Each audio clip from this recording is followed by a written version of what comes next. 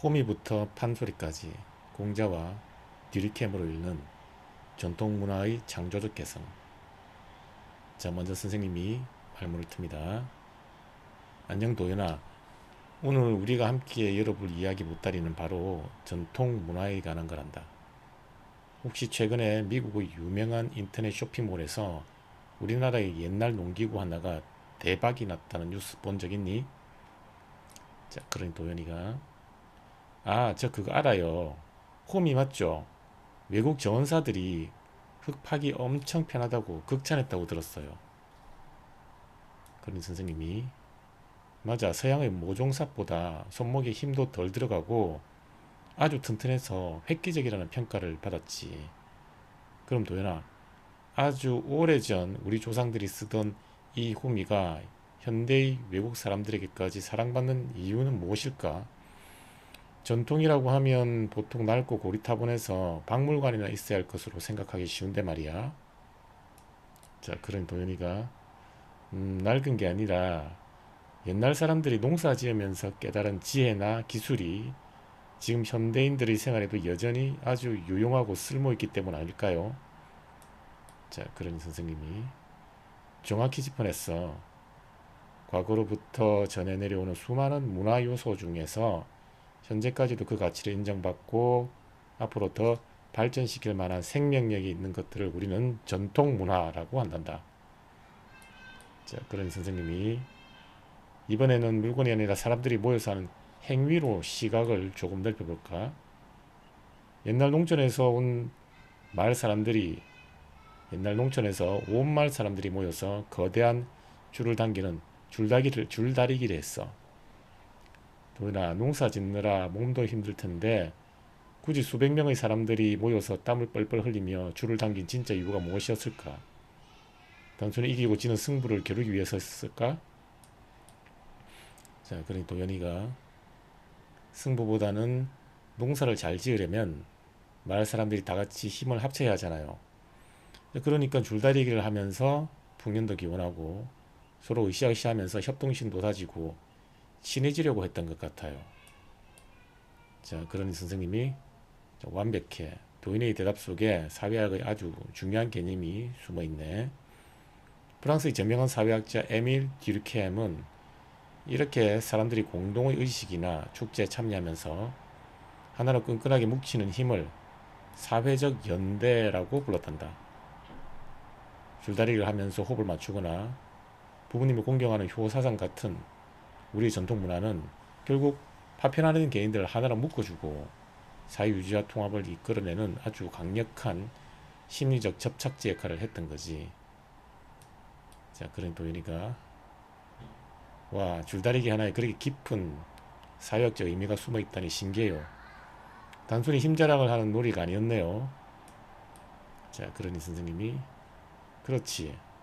자, 그런데 만약 우리가 이런 전통 문화를 다 낡고 촌스러운 것이라고 버리고 겉보기에 화려한 외국의 유행하는 문화만 전부 똑같이 따라한다면 우리 사회는 어떻게 될까? 자, 그러니 도현이가 당장은 세련돼 보일지 몰라도 결국 우리나라만의 고유한 색깔이나 개성이 완전히 사라질 것 같아요. 남들 따라하느라 바빠서 우리가 진짜 누구인지 헷갈릴 수도 있고요. 자, 그런 선생님이 맞아, 도현이가 말한 우리만의 색깔을 학술적인 용어로 문화의 고유성이라고 해. 그리고 과거부터 이어져온 동질감을 바탕으로 우리는 자랑스러운 이 문화를 공유하는 하나의 공동체야 라고 느끼는 소속감을 문화 정체성이라고 부르지. 전통 문화를 지키는 것은 빠르게 변하는 현대사회 속에서 우리가 누구인지 흔들리지 않게 마음의 닷을 내리는 일과 같단다. 자, 그런 선생님이 그렇다면 반대로 전 세계의 모든 나라가 남을 무작정 따라하지 않고 자기들만의 고유한 전통 문화를 잘 간직한다면 지구촌 전체의 모습은 어떻게 변할까? 그런 도연이가 모든 나라가 다 똑같은 옷을 입고 똑같은 햄버거만 먹는 것보다 각자의 색깔이 살아있으니까 전 세계가 훨씬 재밌고 다채로워질 것 같아요. 자, 그런 선생님이 정답이야. 그래서 각 국가가 전통 문화를 지키는 일은 결국 전 지구적인 세계 문화의 다양성 증진으로 이어지는 거란다. 그런데 도연아, 방금 우리가 전통 문화를 지켜야 한다고 했는데 그게 조선시대 사람들처럼 똑같이 한복을 챙겨 입고 갓을 쓰고 다녀야 한다는 뜻일까? 자, 그러니 도연이가 아니요, 그건 너무 불편하고 지금 우리 생활 방식이랑 안 맞잖아요.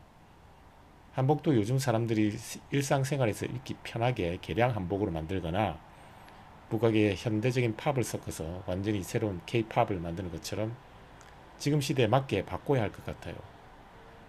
자, 그런 선생님이 훌륭해.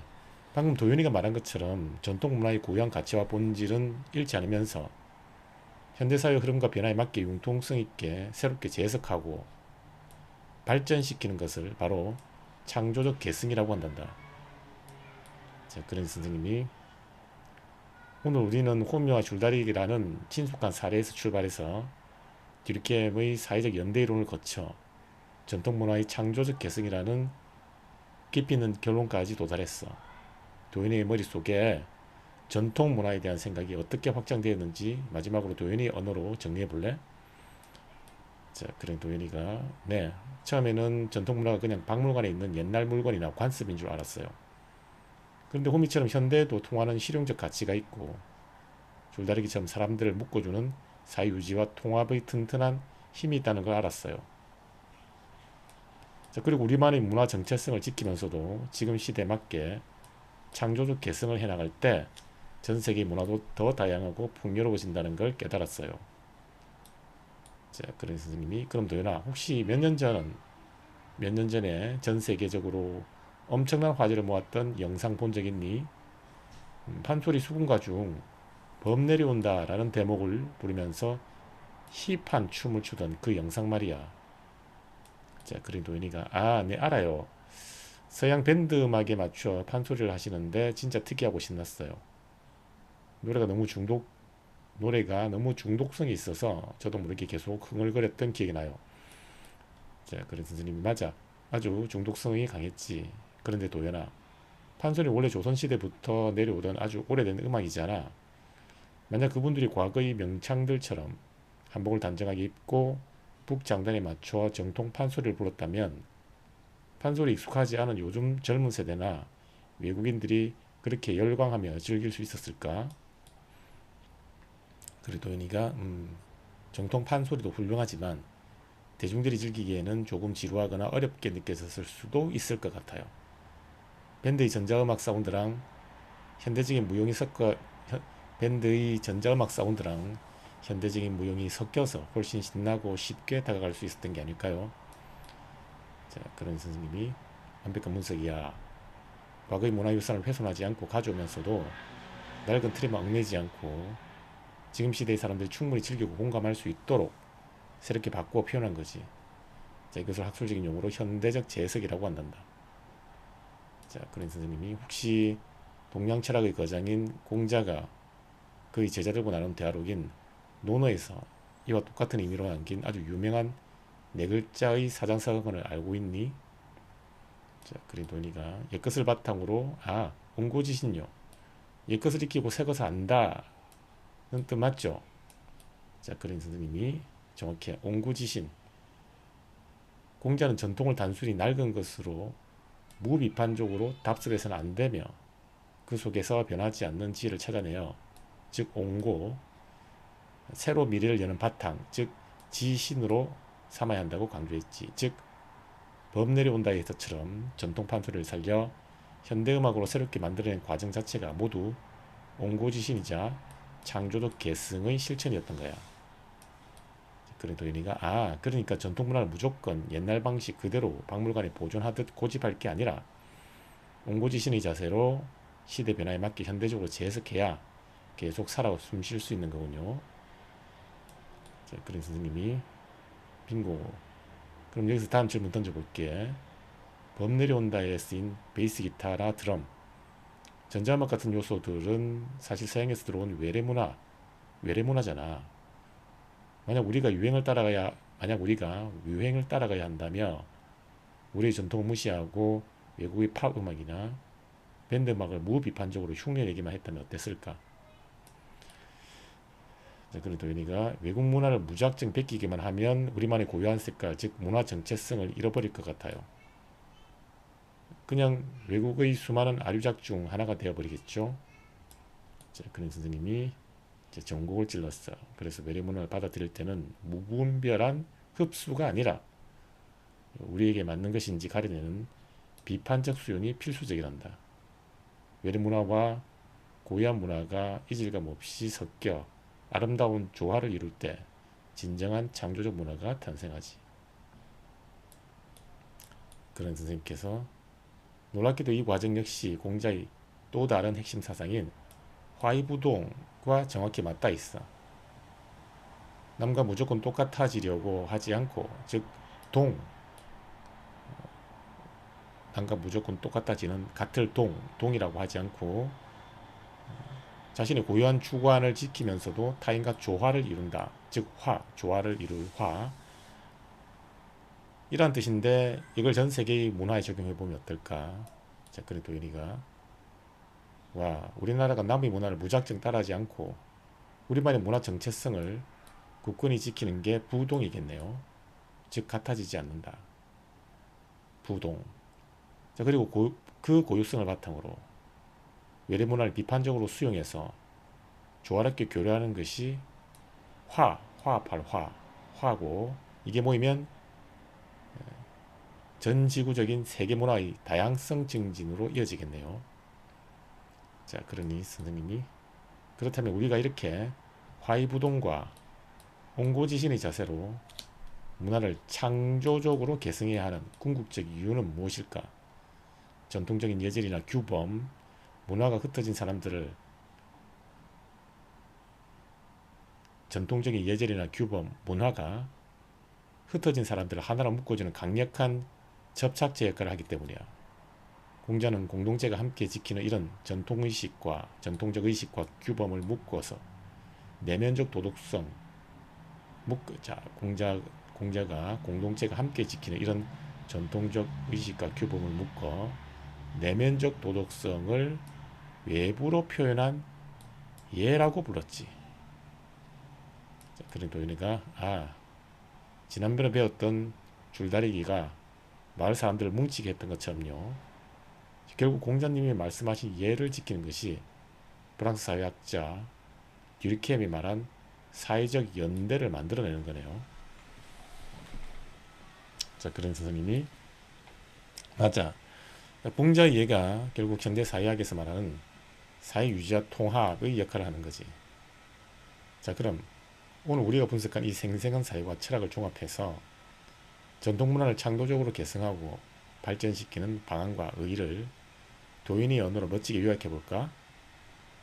자, 그래 도인이가 첫째, 전통문화는 공자의 옹고지신 정신을 발휘해 시대에 맞게 현대적 재해석을 해야 해요.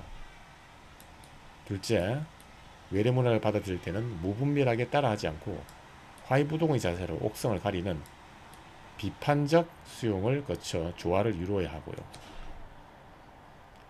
이렇게 문화를 발전시켜 나갈 때 우리는 공자의 예처럼 사회유지와 통합을 이룰 수 있고 전 세계의 문화 다양성도 풍요롭게 만들 수 있어요. 자, 그런 선생님이 일상에서 무심코 즐겼던 범 내려온다라는 음악 영상 하나에서 출발해 어떻게 하면 우리의 정체성을 지키며 세계와 소통할 수 있는지 그 원리를 찾고 2500년 전 공자의 철학과 현대사회 이론까지 하나를 완벽하게 꿰뚫었어. 단편적인 이론을 융합해내는 도인의 눈부신 사고리 개 선생님은 오늘도 깊이 감탄했단다. 정말 대단해. 자, 그런 선생님이 도인아, 오늘 우리가 나눈 긴 대화 예정을 되돌아보니 정말 가슴이 벅차오르지 않니? 우리는 밭을 매던 평범한 호미와 온 마을 사람들이 땀 흘리던 줄다리기에서 출발해 전 세계를 들썩이게 한 힙한 판소리 범 내려온다까지 우리 삶 속의 생생한 사례들을 넘나들었어.